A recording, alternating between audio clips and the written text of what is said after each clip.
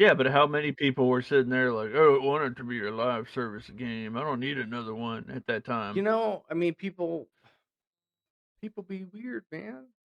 They don't know what they don't Yeah, they understand. They roast it, they toast it, they dive in and they coast it. If the universe gets wild, you know they're getting close to it. Oh! Pirkles and Mirlk.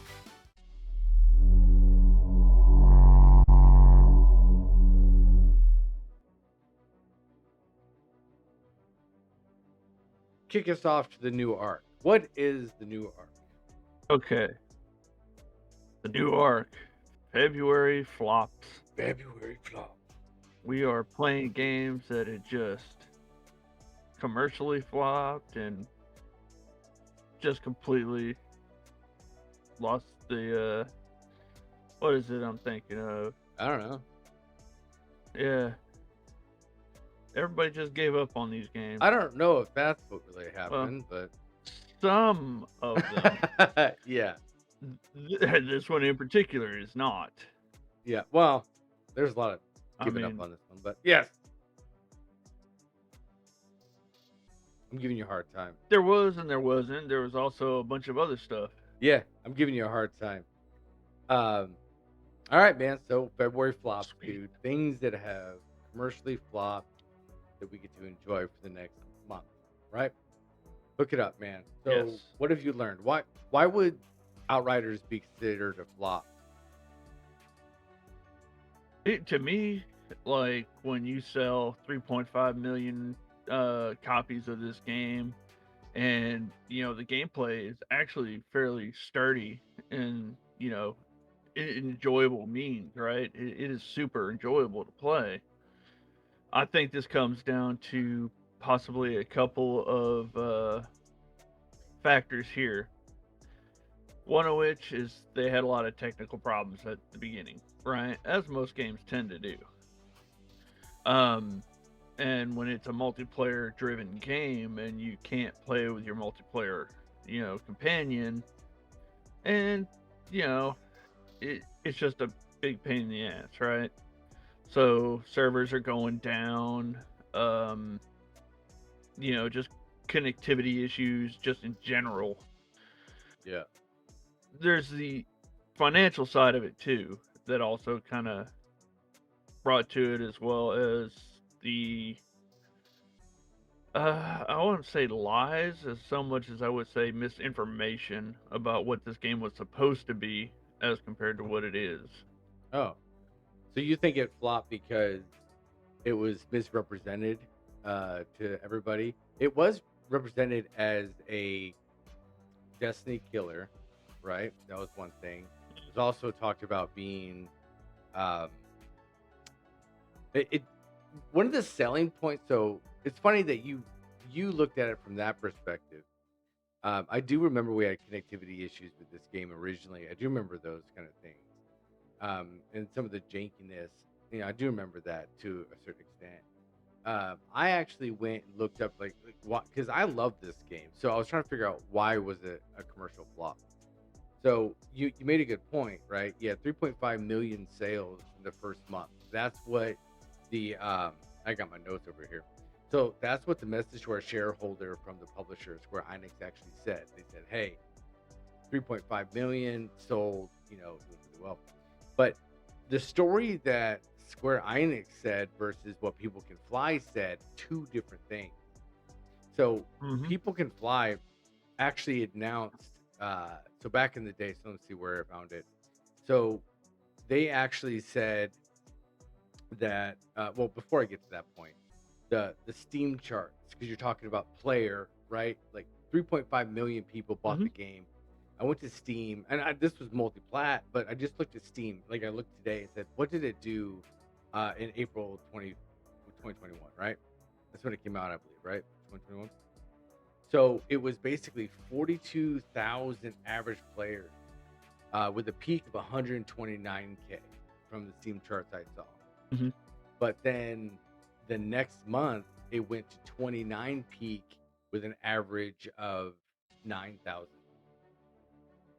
So it kind of Yeah. like associates what you're talking about, right? So you have this massive like drop from technical issues, or maybe people got to the end content, they just didn't want to play it anymore. Um, but I actually went a little bit deeper than that, right? So I wanted to say, like, okay, cool. So we have your player base failing. Then in 2022, they released a new DLC, right? Mhm. So apparently, I think it was actually part of their, from what I was reading, it was actually part of their agreement. People Can Fly and Square Enix. They actually had an agreement to have this. It was actually written back in 2016 before the game even came out. So they were going to actually have a DLC to it. But there were some publishing rights, and they had some kind of like falling out between that. But the reason I quantify this as a commercial flop is I found out that not only to the point of the financial components to it, it was all political. Like Square Enix did not get along with People Can Fly. Uh, they had another game down the pipeline after Outriders, which was going to be Project Gemini. And Project Gemini, they people assumed it was going to be like Outriders 2. Anyway, that shit got canceled. So when that got canceled, People Can Fly was going to do a self-publishing game of Project Bifrost. Project Bifrost got canceled, so both those games get canceled. So then they leads to layoffs for the developer. And then after that, they cancel Project Dagger, which is a Take-Two published game that they were going to, because of Bifrost failure. So like all these like layoffs start happening, all this development developing house just suffers all this shit. And I'm pretty sure there's a lot more to it than what I can. I mean, I looked at their shareholder financials and kind of stuff, that kind of things that they were talking about that they had done. I will Mhm. say this though, man, People Can Fly is very transparent. So I really enjoyed reading how like they were like, yeah, this is it, and they even called it like they may even cancel the game if the publisher can't get their shit together in 2022. Like it was pretty cool as they Mhm. went through that. I don't know if the game it commercially flopped because obviously player base dropped significantly, but I wonder if and this is just I'm just curious. I don't know, but maybe the development house isn't really running their projects, or they're overcompensating, or they're over allocating their resources and just going too risky, or maybe it's just a volatile part of the gaming market, or the industry itself, that caused a lot of this. I don't really know, but all I know is, I yeah. I do have some information on that. Ooh, Now, whether it's speculation or whether it's actually something that happened, yeah. this did release day one on Xbox Game Pass. So some people, yeah, I read that too. Some people think that kind of cannibalized some of the sales. Mm. You know, And well, if people are playing it for free, they're not getting sales. So player base was up, but they weren't getting the sales to continue their development the way they wanted to, whatever the case may be, right? But you also have one more side of that, is that People Can Fly actually said they never received their royalties. yeah. So I read that. I actually read that. So I actually wanted to read that, right? So I actually went to the April 21st, 2022 director's report that it talks about this. And this was verbatim what it said. It said the group received no royalties from the publisher for the period to December 31st, 2021, which means that as at the reporting date, net proceeds from the sales of Outriders were insufficient to recover the costs and expenses incurred by the publisher to develop, distribute, and promote the title. This was confirmed by the royal statement from the fourth quarter of 2021 received by the group from the publisher, group being People Can Fly. There can be no assurances that net proceeds from the sales of Outriders in future periods will be sufficient for the publisher to recover the costs incurred and to pay royalties to the group. So they didn't really get any royalties from this. They were unable to recoup their costs, which I think was like a domino effect of all of it.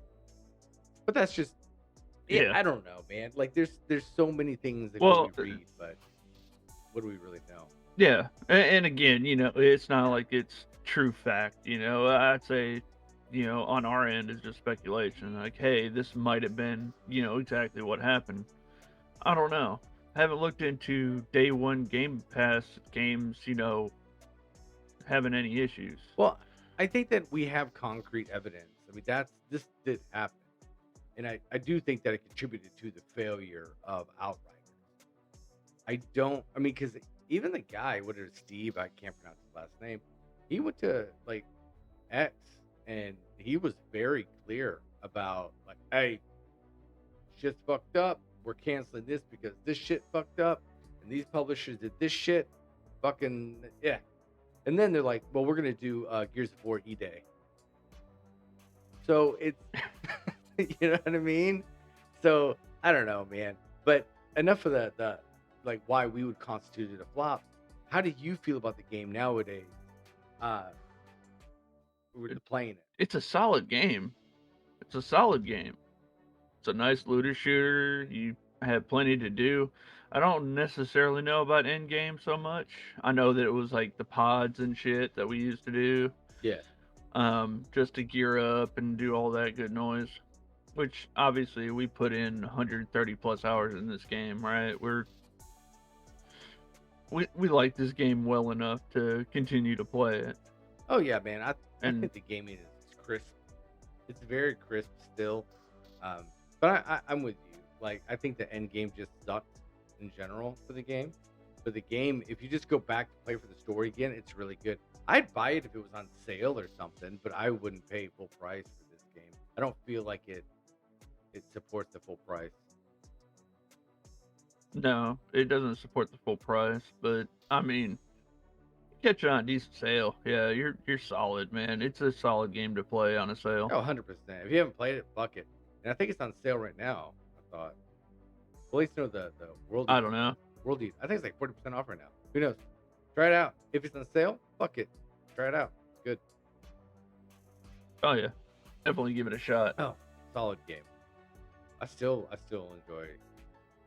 I do like the classes too. The classes are fun.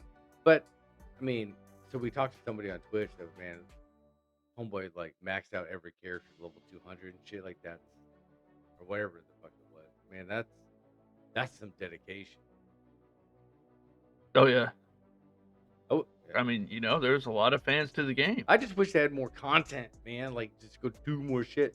Some people said that the game suffered because it didn't have live stream or live service shit.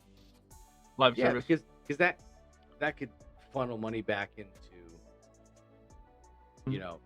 Yeah, but how many people were sitting there like, oh, it wanted to be a live service game. I don't need another one at that time. You know, I mean, people be weird, man. They don't know what they don't understand. I mean, remember how many people bitched about Game Pass? Now it's the fucking staple. Like everybody does. Yeah. I don't use it, but yeah. Well, it's good. My son used it. Shit.